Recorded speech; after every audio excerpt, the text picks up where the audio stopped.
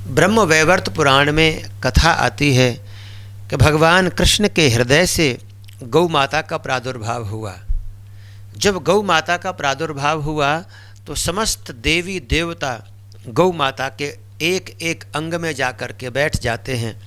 केवल दो देवी थीं जिन्होंने गौ माता में प्रवेश नहीं किया। एक थी गंगा माँ और दूसरी थी लक्ष्मी।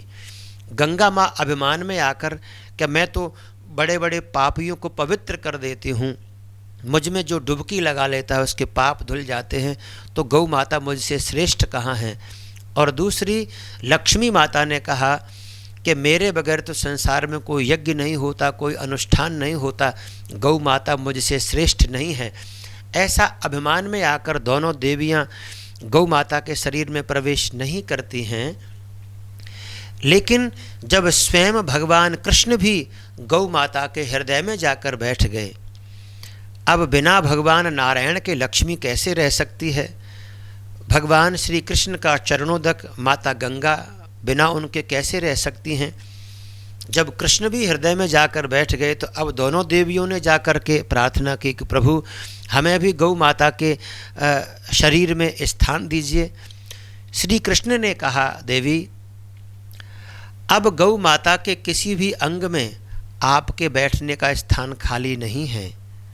केवल दो ही स्थान हैं जहाँ पर आप निवास कर सकती हैं।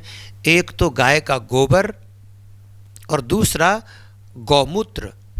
आप अपनी इच्छा से इनमें से कोई स्थान चुन लीजिए।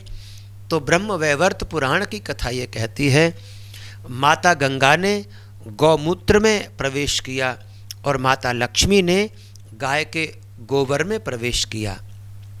इसीलिए आज हिंदू सनातन धर्म में कोई भी शुभ कार्य होता है तो बिना गौमूत्र के और बिना गाय के गोबर का चौका लगाए यहाँ कोई अनुष्ठान पूर्ण नहीं होता, क्योंकि गाय के गोबर में माता लक्ष्मी का निवास है और गौमूत्र में माता गंगा निवास करती हैं। जय गौ माता, जय गोपाल।